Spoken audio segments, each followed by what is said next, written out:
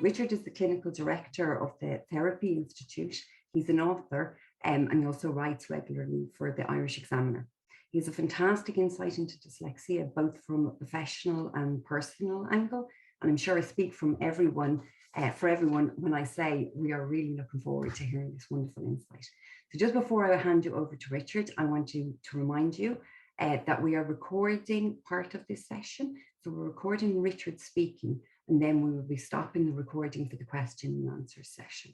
And also that a member of the Dyslexia Association of Ireland will be in the chat box at all times. So please feel free to post any questions here, or add to the discussion or any comments at any stage throughout the session. And now I'm going to hand you over to Richard. Thank you very much, Grieve. I really appreciate it. And thanks, Leah. And I feel really privileged to be here today to talk about my own experience with dyslexia, my own journey and my own relationship with that old, the big D there.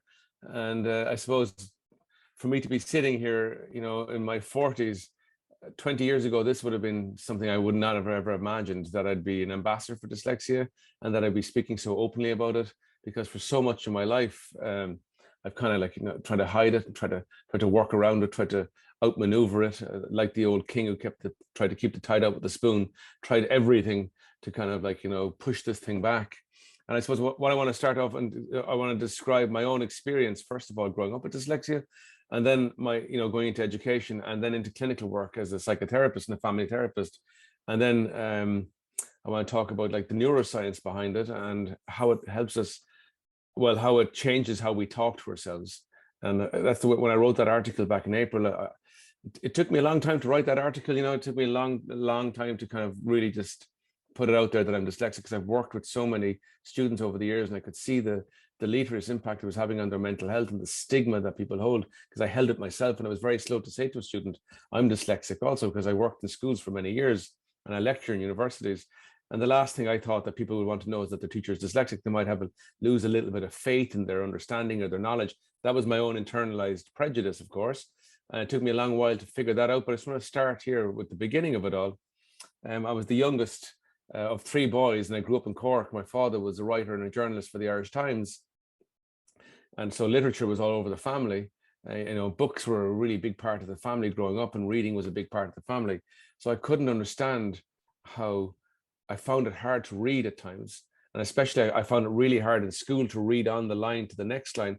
I found that really difficult. When I get to the end of the line, I wouldn't know what line is the next line. And this is very, very early on in my academic kind of progress. And I felt very quickly that, God, I'm different here. I'm not as fast as reading as my brothers. And then spelling was an issue, but it was bizarre about spelling. I could spell difficult words, but I couldn't spell simple words. I couldn't spell, easy words that you'd think were easy. I found them almost impossible. And then when it came to anything like Irish, if you asked me to spell the name Aoife, I wouldn't as a kid, I wouldn't know where the hell you start with that one.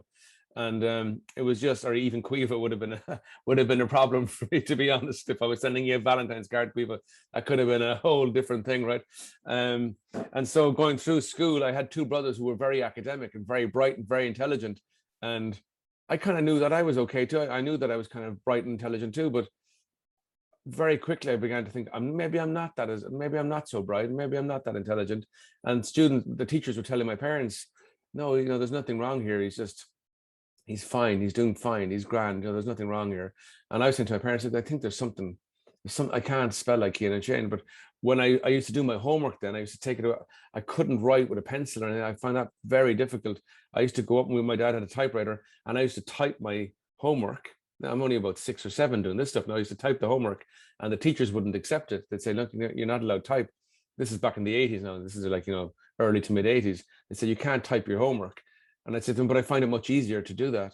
And they said, no, go back and get your pen and, start writing with your pen. And very quickly, I felt different than the students in the class. I felt I was learning at a different pace. I felt that I was really outside this, what you call normal pace of learning. And then I could feel my parents kind of almost looking at me too, kind of going, well, what's wrong with him? And my dad kind of scratching his head because he was a writer, and going, well, why has my son got a problem with spelling and then numbers as well? Maths was a huge problem. So going into school, so Irish, maths, and English I excelled at in one way, and then in another way really struggled. So that I found that really hard to comprehend, that I could write a short story on my computer, on my typewriter, but I couldn't write the short story. So in class, when they asked me to respond to things, I'd find that there's a massive, and one of the teachers said there's a big disconnect between what Richard speaks and what he writes. And it was like a different person altogether. And I had all this stuff going on in my head, all these ideas, and I loved short stories, and I loved reading poetry, and I loved novels, but I found the translation of all that stuff and putting it down in pencil or, you know, on paper really difficult.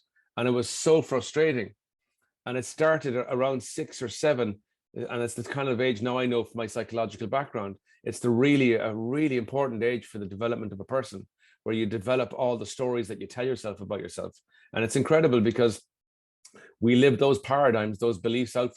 We can do if we don't come and talk to somebody for the rest of our lives. And what I often say to people who come in with really negative ideas about themselves, I said, well, you kind of develop that at around 6 or 7.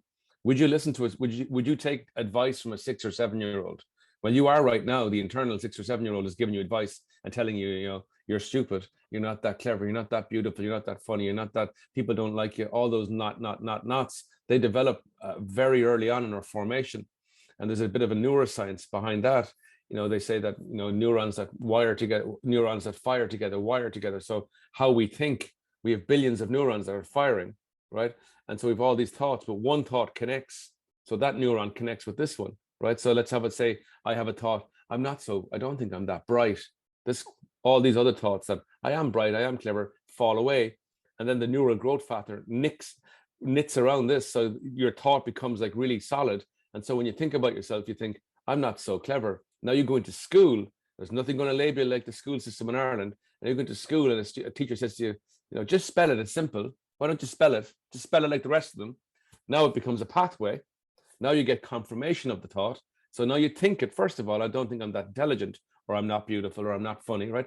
And then you get confirmation of it, and then it becomes a pathway. And so all other potential thoughts aren't available. So when you think about yourself, you think the one thing, I'm not that clever, I'm not so bright. And that's why I say dyslexia is a voice. It's a pathway, really. It's a thing that speaks to you and says, you know, don't write that, don't do this. And it's even, I still have it. I still have it as I'm, writing on the board in my clinic or whatever, or when I'm in school and I'm writing on the board, especially if I'm tired, if I know I'm tired, there's potential here because I'm really tired. I know that, and so that voice creeps in. Don't spell that word. Go looking for a different word that's not so complicated for you to spell. And that's that little dyslexia popping up, and I hear it. And I say it to the students. And it's funny whenever I do it and I spell something and I get it wrong, I go bloody dyslexia with them, and I do it with my kids, and the kids all laugh because they know, because I'm so open about it, you know. And I think it really empowers them. And when I hear them kind of talking about it, and they say, "Yeah, me sir, I'm dyslexic as well." I'm like, "That's super, isn't it? That's great." And so you're just trying to destigmatize the thing, because there's a huge stigma, and there still is. And before I wrote my article, I had gone from that kid who said to myself, "You must be stupid." I definitely said those words. "You must be stupid. There's something wrong here." And then all of a sudden, I was being taken out to resource at about 8 or 9, but I wasn't. Yeah, just before that, I'd say I was taken out to resource, and I was like, "What the? I can't understand how I'm here. You know, what's kind of going on here?" And I was having these negative thoughts. My brothers were just like, as I saw it, rocketing ahead and flying ahead. And it wasn't until I got into 5th class that I met this teacher, Bridget O'Grady, who said to me, called me out one day. She saw me in the exam and I was kind of crying. I was really upset because I couldn't do the spellings part of the exam. And she called me out and she said, "You know, why are you so upset?" And I said, "Look, I can't spell these words. I just can't understand how you spell them. I just can't get it in my head what they look like. I can't even get the sounds in my head of how you start the word." And she said, "Richard," this is what she said to me. The sentence really struck me. She said, "You're a very intelligent boy," but she didn't say but, she said, "You're a very intelligent boy and you have dyslexia. It's very clear to me you have dyslexia." And how she knew her own brother had dyslexia as well. And so she'd grown up with somebody who had dyslexia. So she had that insight. And she was only, when I think about it, I was probably 8 or 9. I thought she was ancient. She was like 21. You know, she was just a young teacher. I thought she was this old woman. She was this young teacher starting off in her career. So she was young. This is the mid-80s. And it's funny because I went off from that. And she said to me only recently, she told me the story back. She said the first thing I said to her when she said that is I started to cry and said, "Can you tell my parents?"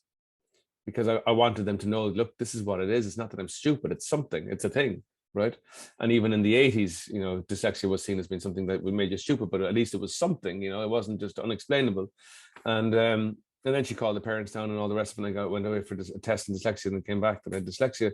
But really nothing had changed. It just like that I was dyslexic, and nothing really changed. No approach to my learning changed. It was just sink or swim. And so I went on out of primary school, really struggled in primary school, went into secondary school, and excelled at some subjects, was very good at French and very good at English, but at times could do really bad in an English exam because my, my punctuation, my grammar, my spelling could be like, just all over the place. And it really wasn't. And like I received awards, academic awards in school. So there was a real incongruence to my life. There was this kind of like strange kind of thing. I'd win like, most promising debater, best French speaker, and, things that I really wanted would have been like English awards and all that kind of stuff. I might have won a short story award. And then there was this gaping, as I saw it, this gaping kind of chasm hole in all of that I was good at this, but yet I was very bad at this. And I couldn't understand that. Those two kind of things I knew dyslexia was always in there, but I couldn't put them together. And so I got into university and I did English as a degree. And in my first exam with English, I had a laptop and I wrote my first essay on a laptop, and it was just like, holy crap, all bets were off. Then all of a sudden I could just like really write like I wanted to write. And I got my first essay, I got a distinction, I got a scholarship into second year. And ever since then, I was like, oh my God, maybe I'm not that stupid, right?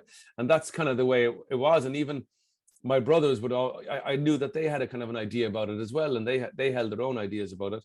And even when I went off into, say, even though I did really well in college and got first class honors and all that kind of stuff, I still had an idea when I did well, I had the idea that I fooled them somehow. That somehow they didn't really read the essay properly. They didn't see that I'm stupid. So that dyslexic voice was all the way through. Even when I was succeeding and achieving, I didn't really believe I was succeeding or achieving. I believed there was something there that I got away with. I pulled the wool over like a chancer kind of almost. I got away with something there. I pulled a fast one on the English department. And, the English department even wrote to me in UCC saying, can you keep our subject on? I was like, yeah, I don't know. That, none of that kind of, it was like, oh my God, they must think I'm good at English. It was all, they must be desperate for numbers, or that was the way I was translating anything that positive came in. Because of that belief, because of the neuroscience behind it, because of the pathway, I couldn't think positively about myself that I might be intelligent, or that I might be good at English, or that I might be clever, or that I had the pathway that I was stupid, and everything else was a confirmation bias against that, saying that I was good, couldn't come in. And so when I was teaching, I'd meet so many students over the years who were dyslexic, and they'd say the same thing. And for a long time, I didn't tell them I wouldn't disclose I was dyslexic myself. And I'd help them with it, and I'd work with them with it, and I'd help them around it and how to think about themselves. But I was very slow. I don't think in about 8 years of teaching, I didn't disclose that to students that I was dyslexic, because I still held it like this, I still held it like a secret, that it was a terrible shame. And there would be moments of absolute mortification, because I would have been seen as good as English in the school or whatever. At a staff meeting, someone might say, ask Richard to spell that for God's sake. I was like, oh my Christ, right? And someone would say, yeah, Richard, how do you spell this? And I was just like, what do I say here? And I'd say, I try to deflect it somehow. Because even if I could spell it, I was so insecure about the fact that I'm not good at spelling, I wouldn't make an attempt at it. So I was going around like this my whole life. I really was. It wasn't until I wrote that article in April last year, that's that recent, that I went like that, that I opened it up. And I went on Ireland AM talking about it, and I wrote an article in the Examiner talking about it, and I just opened it up, and the amount of emails that I got back about it really kind of said to me, right, should have done this maybe earlier. This is ridiculous that you held on to this for so long. But I was seeing it so much in my clinic as well, and I was seeing it so much in school. I just said to myself last year, I have to just say this, because I had a bit of a public image, and I was like, okay, I have to use this platform that I have to actually put the message out there that this is not a disability. This is not something that makes you different. This is not about a learning difficulty. This is about how you process things in a different way, but equally good way. It's just different. And so when I wrote the article, it was a really therapeutic moment, I must say, in my life. And I was even saying to my wife before, as I was writing it, I was like, I don't want to do this article. I really don't want to put it out there that I'm dyslexic. And she was saying to me, for God's sake, what are you talking about? Who cares? And I was like, I didn't want to do it. Even when I sent it in, I watched my emails all that day for the editor of the Irish Examiner to come back to me, because she always comes back to me and says, like, lovely article, very good. Well, she just came back and said, wow, brilliant. and published it, right? And that was on the Thursday. On the Friday, I was sitting in my clinic and I had my lunch break, and it was between clients. And Bridget O'Grady, I referenced to her in the email. She wrote back to me. She wrote me an email saying, "Dear Richard, I haven't spoken to you in 30 years. You're such," and she just said, I just remember such a beautiful boy and all this kind of stuff. And I remember the dyslexia, and I just remember, thank you for it. It was just this incredible moment.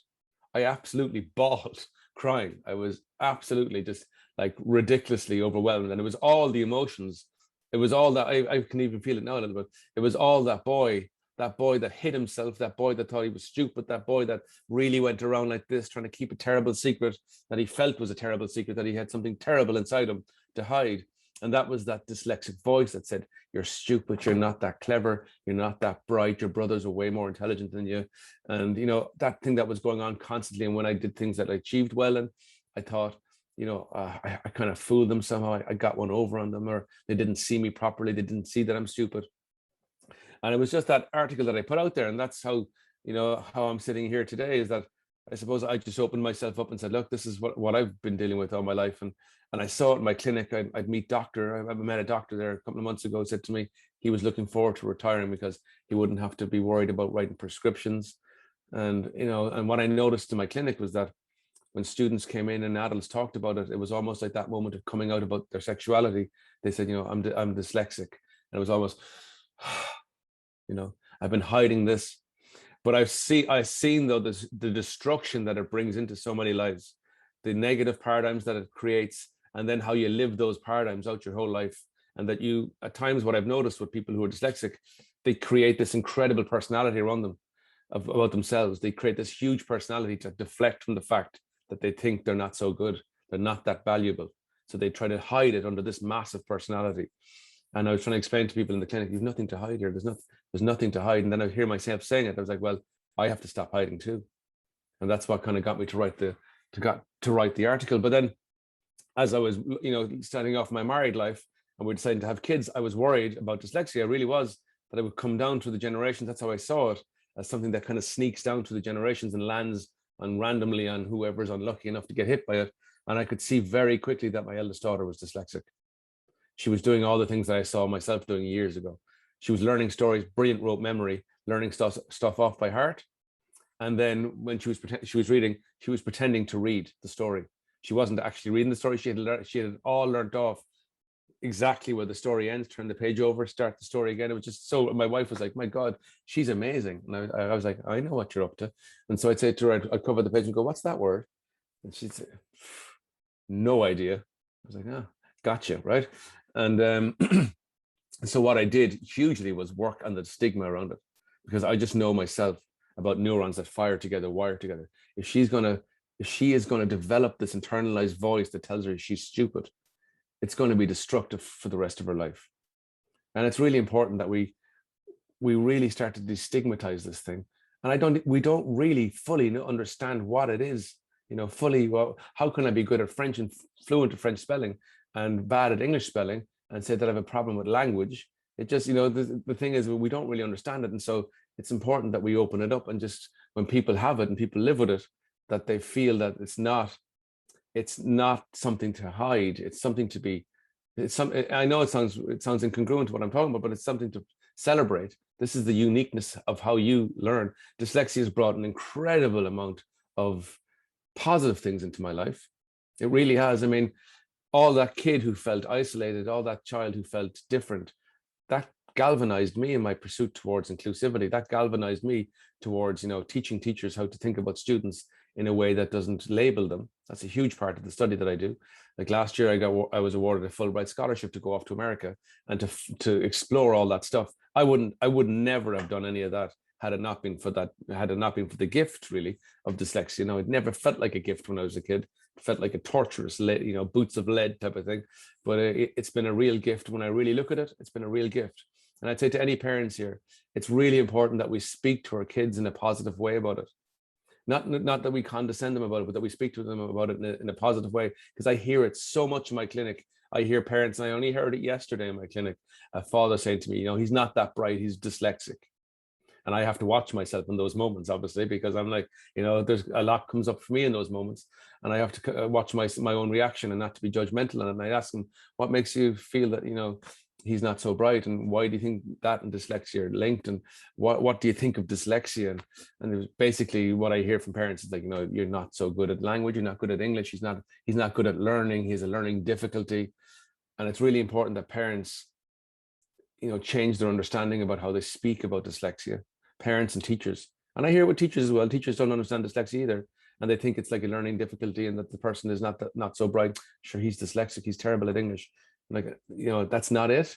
And when you do that and you label kids, labels don't predict the future, they write them. So once we label a child and tell them they're stupid, when we make a child feel like they're different, they're going to live that out over the course of their lives. And so the dyslexic voice, it needs a community to keep it quiet. It's a very powerful thing, even though I know all about it and I study about it and I read about it and I write about it and I've got good insights into it. At times it creeps out in me too, still pops out in me. And so it's really important that it does take a bit of a community to build that resilience in your children, how to manage, and yourself if you have dyslexia and you're on the phone, if you're listening to this, how to manage your own internalized voice, because what it is internalized prejudice. You have, over the years, you have heard such negative things about dyslexia that you've adopted that as a narrative, what dyslexia is, and that becomes the story that you tell yourself about you and dyslexia. And so it's really important that as parents, we get in there and we speak to our kids, like what I do with my daughter Hannah. Like, it's a joke in the family. I've just really used humor to kind of like really take the kind of steam out of the thing. And so my young middle daughter would say, ask Dad to spell it, and Hannah would say, don't bother, he's dyslexic like me, right? And so it's not a serious thing. And Hannah would say to me, she comes home, oh, Dad, you won't believe what dyslexia did to me today. And so it's kind of like a joke. So all the joke, all this kind of like the real nasty stuff that I experienced with it is kind of gone. But and I think in schools we're getting there, but we're not there yet.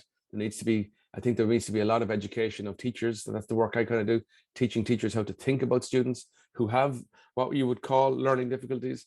There's nothing more disabling than the views that people who are able have, and that's an incredible thing, that when you don't suffer with when you don't have a spelling issue, or you don't find words jumbled up and all that, how you perceive the person who does is an incredibly important thing, and how you speak to them is an incredibly important thing, because you can make that thought, I'm stupid, a pathway by how you act with them.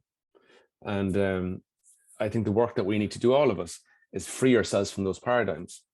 I just think it's really important that the greatest work I think we can do, all of us, and this is just dyslexia and besides dyslexia, is get that voice that talks to us and have it more positive, because our brain is designed for negativity. Our brain is just wired to consume negative, impulse and stimuli. It's just designed, that's to keep us safe. So if I said to you, Quiva, you look fantastic today, right?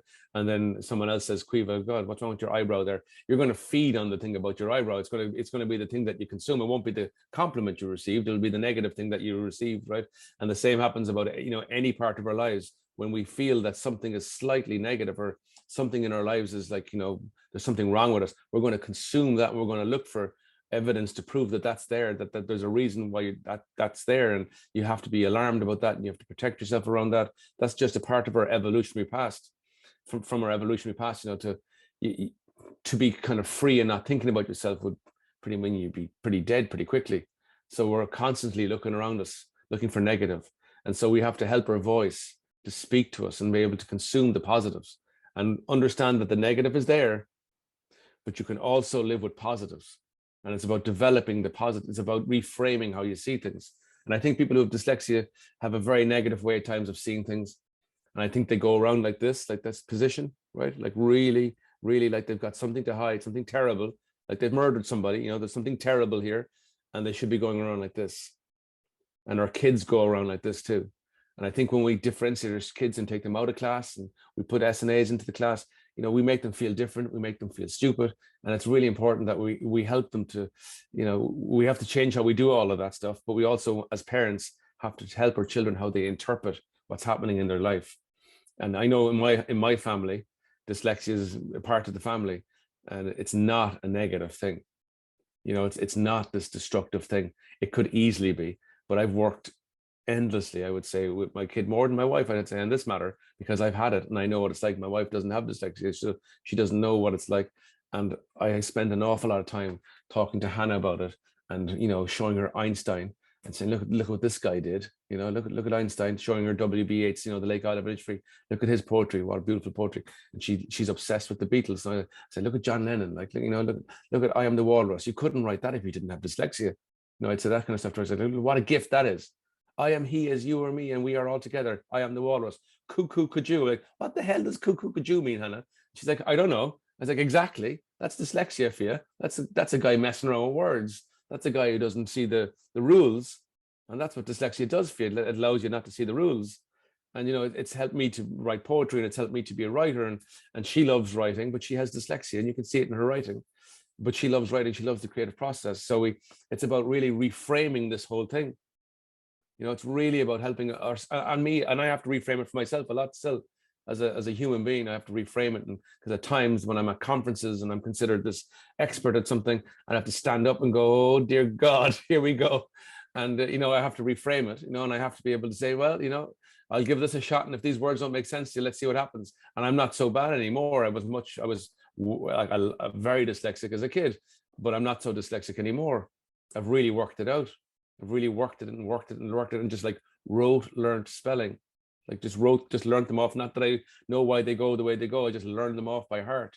And so when I'm writing on the board and I'm writing, you know, recalcitrant or whatever it is, I have the word that I want to, you know, I just have it learned off. I have an image of it in my mind, and that's how I get through it. But I suppose that's what I just want to speak to you today about, my own experience and how that voice can be so destructive, even for somebody who is, you know, involved in psychology and understands labeling and all that kind of stuff.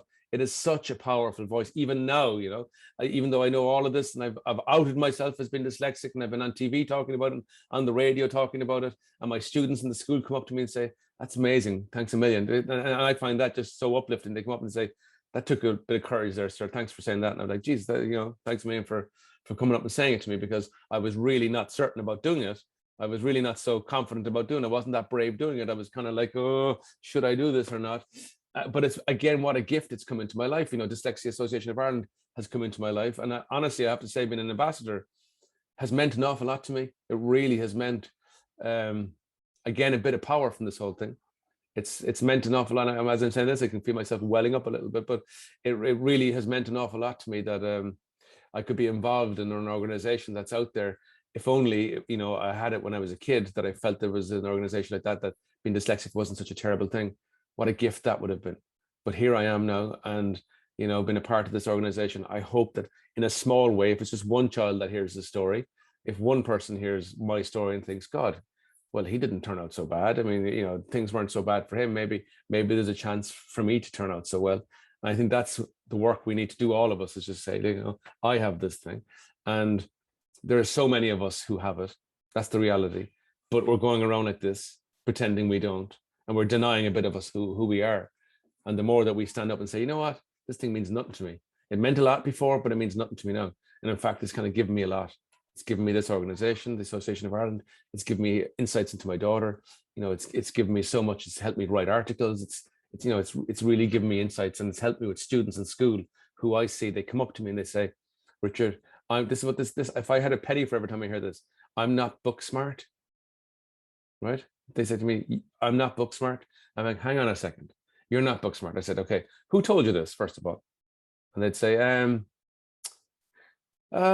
you know, just over the years, I just don't do well in exams. I'd say, okay, that doesn't mean you're not book smart.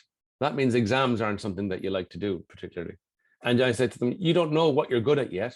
You're 15, for God's sake. I said, you don't know yet what you really like, what you love. You don't know that yet. I said, that will reveal itself to you. And when you find that, you're going to be awesome at it. But right now it's about figuring out what you like, what you don't like. And sometimes, you know, there's some things, there's English and this part of this course that you mightn't particularly like.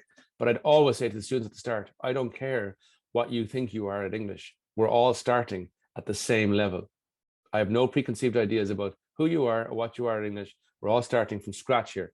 And I can see them going, oh, I can see this. I can see the really clever ones going, no, hang on. I want to be known because I'm really good at English. I want you to know how good I am at English. And so when I say we're starting here, I can see the ones who might have dyslexia and going, oh, right. And I often now talk about my own experience with dyslexia, and students wait at the end of the class and come up to me and say, sir, I'm also dyslexic. And I'd say, great. Okay, that's one more. That's one more in my group. Anybody else? And, and they're just open about it. And it's kind of like, there's like a valve getting turned off. And that's what we need to do. We need to do that about gender and sexuality, dyslexia and dyspraxia and disability. We need to just turn the valve and say, hang on a second, look at the way we've been looking at all these things. It's so linear. It's so destructive for our children's development. How about we see it in a different way? How about we reframe how we look at it? And how about we help our children who have, grown up with this thing, and how about we get them to talk to themselves in a more positive way?